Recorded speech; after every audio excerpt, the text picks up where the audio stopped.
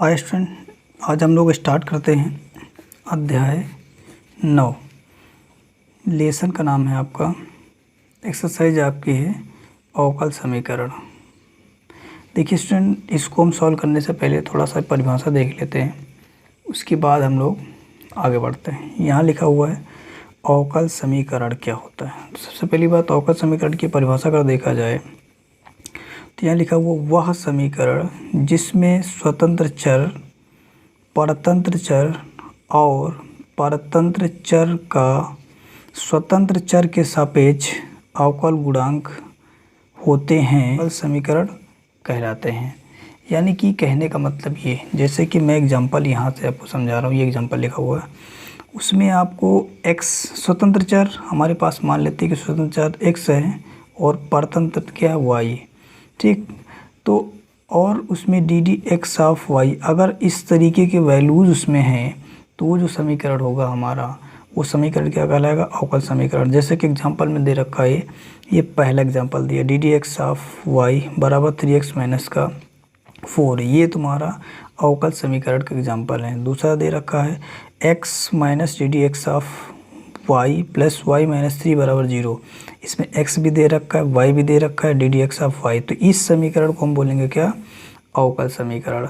यहाँ पर ये भी तुम्हारा अवकल समीकरण है, ठीक। नीचे दे रखा है यहाँ d two y upon d x two बराबर 3, तो ये भी आपका क्या है, एक अवकल समीकरण। कोई दिक्कत नहीं, x हो सकता है, y नहीं हो सकता है, y हो सकता है, x नहीं हो सकता है, या फिर दोनों नहीं हो सकते, केवल d D x of y हो सकता है। जैसे कि देख पा रहे हैं, इसकी पावर में दे रखा है इस तरीके से। और आगे एग्जांपल ये आपको दिख रहा है 4 number, D Y upon D X, या फिर D D x of Y का power 2 minus X D Y upon D X plus 1 बराबर 0, ये भी आपका एक अवकल समीकरण का एग्जांपल है। और ये भी दे रखा student d Y upon D x बराबर एक्स कॉस एक्स। ये सारे जो एग्जांपल है ये क्या है, अवकल समीकरण है। बस याद रखिए, अवकल समीकरण वो होगा इसमें x होगा, y होगा, d D x of y होगा और बराबर का साइन दिया होगा, वही तुम्हारा क्या होगा, अवकल समीकरण होगा, ठीक। इस बात को आप याद रखिएगा, ठीक। जैसे कि उसके बाद हमको अगली परिभाषा देख लीजिए स्टूडेंट, ये लिखा है क्या, अवकलन। ये अवकलन समीकरण, ये सॉरी अवकल समीकरण की कोटि। अब अवकल समीकरण की कोटि क्या होती है, तो याद रखिएगा, किसी अवकल समीकरण में, पहले हम लोगों ने अवकल समीकरण पता लगा लिया, अब अवकल समीकरण में कहा गया अवकल समीकरण में उच्चतम कोटि के अवकलज की कोटि अवकल समीकरण की कोटि कहलाती है।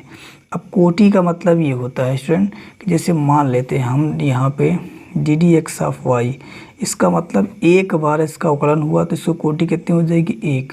अगर इसका 2 बार अवकलन होता तो क्या हो जाता है, डी स्क्वायर या d two y upon D x two. तो मतलब अगर एक बार अवकलन हुआ मतलब उसकी कोटि 1 है, 2 बार अवकलन हुआ तो उसकी कोटि कितनी हो जाएगी, 2, 3 बार अवकलन हुआ तो कोटि कितनी हो जाएगी, 3, ठीक। मतलब कितनी बार अवकलन किया गया वही उसकी क्या हो जाती है, कोटि। स्टूडेंट ये आपको समझ में आ गया हो गया। आगे क्वेश्चन में अगली परिभाषा दे रखी है अवकल समीकरण की घात। तो अवकल समीकरण की घात क्या होती है, तो यहाँ लिखा हुआ किसी अवकल समीकरण में उच्चतम कोटि की घात को उस अवकल समीकरण की घात कहते हैं, ठीक। कहने का मतलब है, सबसे पहले तो हमको ढूंढना पड़ेगा क्या, अवकल समीकरण। अगर अवकल समीकरण के बाद फिर हम देखेंगे अवकल समीकरण की कोटि, और अवकल समीकरण की कोटि की जो घात दी होगी वही क्या कहलाएगी, घात कहलाएगी। स्टूडेंट अब हम लोग एक्सरसाइज से अच्छे से समझते हैं क्वेश्चन को। चलिए क्वेश्चन नंबर पहले तो देखिए एक्सरसाइज 9A, आप लोग जो जानते हैं नगीन पब्लिकेशन सॉल्व करते हैं। क्वेश्चन में दिया गया प्रश्न संख्या 1 से 10 तक में दी गई अवकल समीकरणों की कोटि और घात बताना है। तो आप ज़रा देखिएगा, पहला क्वेश्चन दे रखा है, यहाँ दिया डी वाई या d D x of y minus cos x बराबर का 0। अब इसमें मैं 2 चीज़ बतानी, घात और कोटि। तो पहले समझो, कोटि का मतलब कितनी बार अवकलन हुआ, तो अब देख पा रहे हैं इसी घात कुछ नहीं तो हम 1 तो मान सकते हैं ना, इसका मतलब ये 1 बार अवकलन हुआ, 1 बार अवकलन हुआ तो इसकी कोटि कितनी हो जाएगी, 1। बस आपको नीचे लिख देना है कोटि बराबर 1, ठीक। अब इसकी पावर कुछ नहीं तो हम पूरे की पावर कितनी ले सकते हैं, 1। यानी इसकी पावर पूरे कितनी ले सकते हैं, 1। यानी इसकी कोटि की जो पावर होती है वही क्या कहलाती है, घात। तो यहाँ कॉमा करके हम लिख सकते हैं घात बराबर कितना, 1। तो ये बात आपको समझ में आ गई, कोटि और घात, ये आपको समझ में आ गया। अब अगला क्वेश्चन देखिए, दे रखा है स्टूडेंट, क्वेश्चन नंबर 2 है xy d2y upon dx2 plus x और dy अपॉन dx की power 2 minus y dy upon dx बराबर 2। अब इसमें आपको घात बतानी है। तो एक बात ज़रा सोचो, सबसे ज़्यादा कितनी बार अवकलन किया गया है। तो अब देखिएगा इसकी हाईएस्ट पावर कितनी है, 2। ये चीज़ नहीं, इसमें हम ये मतलब ये एक बार अवकलन हुआ है, यहाँ देखा जाए तो ये 2 बार। तो हम सबसे ज़्यादा बार देखेंगे कितनी बार अवकलन किया गया, 2 बार। जब 2 बार किया गया अवकलन मतलब इसकी हम कोटि लिखेंगे 2। जितनी बार अवकलन हुआ है वही उसकी क्या हो जाएगी, कोटि। तो कोटि बराबर कितना हो जाएगा, 2।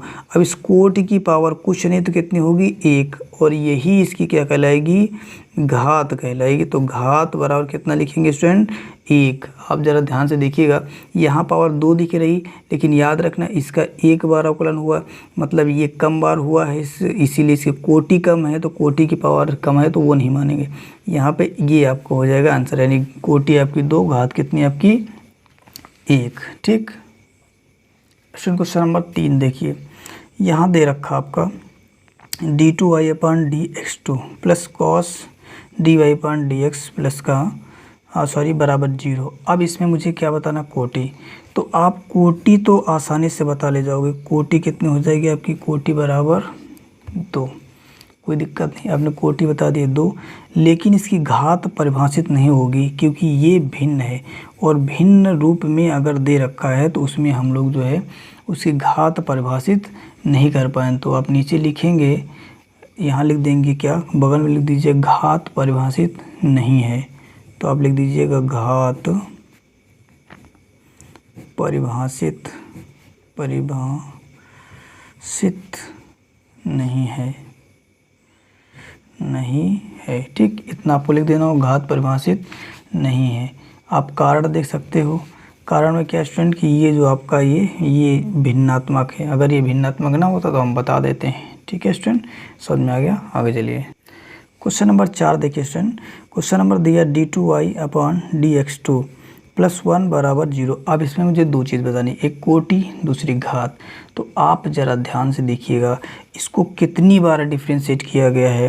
तो अब देख पा रहे हैं 2 बार। आप जानते हो अगर 1 बार किया गया तो ddx ऑफ y लिखा जाएगा, 2 बार किया गया तो d2y अपॉन dx2 लिखा जाएगा, 3 बार किया गया तो d3x upon d3y upon dx3 हो जाएगा, 4 बार किया गया 4 d4y अपॉन dx4 हो जाएगा। समझ में आ रहा है, यानी इसमें कोटि 1 है, इसमें 2 है, इसमें 3 है, इसमें 4 है। ठीक, तो यानी इसको हम लोगों ने कितनी बार डिफ्रेंशिएशन किया, 2 बार। तो आप यहाँ लिखो क्या, कोटि बराबर लिख दोगे 2, और इसकी घात कितनी हो जाएगी स्टूडेंट, तो घात बराबर 1, यानी कि इस पूरे की पावर कितनी मान लीजिए आप, 1। तो इसकी घात कितनी हो जाएगी, 1। अब आप इसे अच्छे से नोट करिए।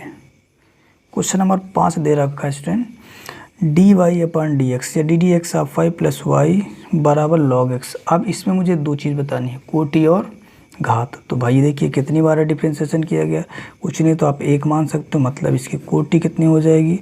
तो आप बताओगे कोटि बराबर 1, और कोटि की पावर कुछ नहीं दिया, मतलब हम 1 ले सकते हैं।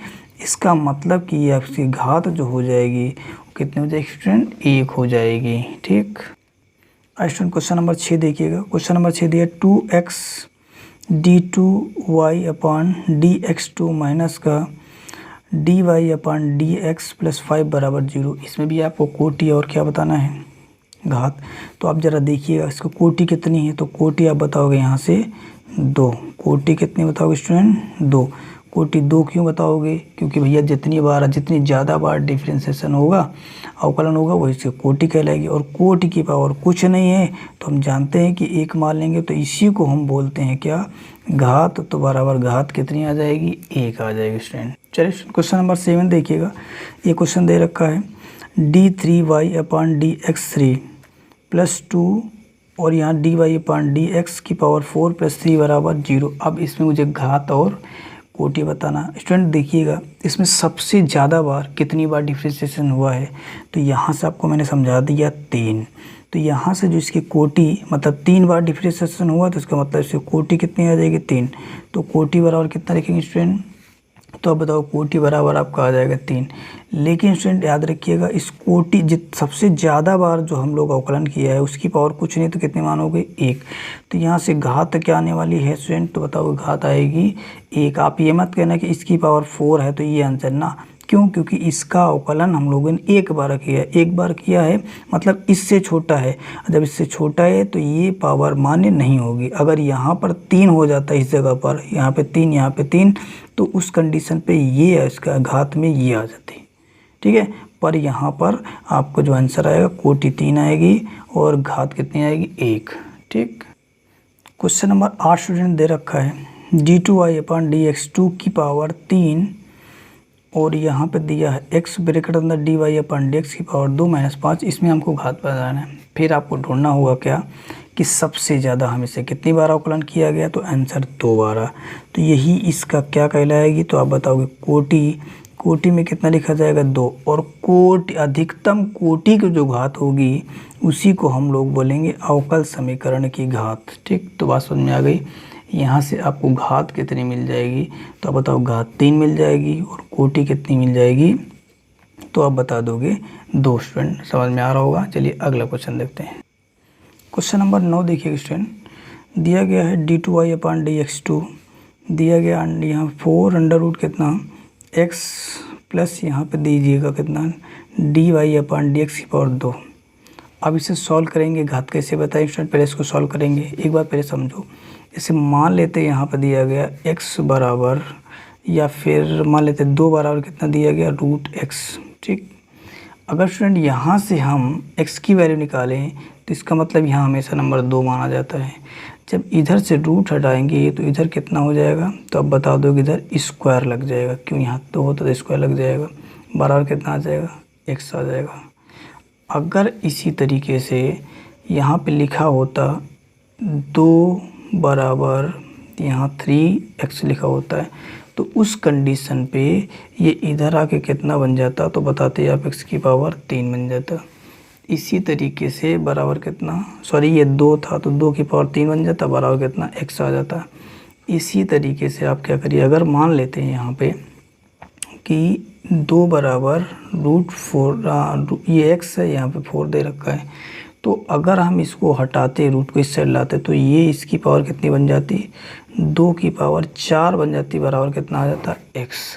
इसी तरीके से स्टूडेंट ये जब हम ये पूरा 4 रूट हटा देंगे तो ये बन जाए कितना d2y अपॉन dx2 की पावर कितनी हो जाएगी 4, ठीक। इस बात को आप याद रखिएगा।